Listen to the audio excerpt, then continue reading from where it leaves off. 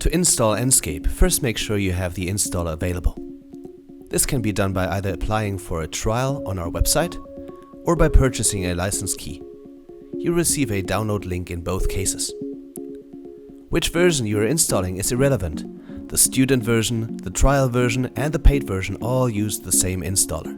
The only thing left is to make sure none of the supported CAD softwares are running while you complete the installation. Just close all programs beforehand, double-click the installer and follow the instructions and you'll be fine.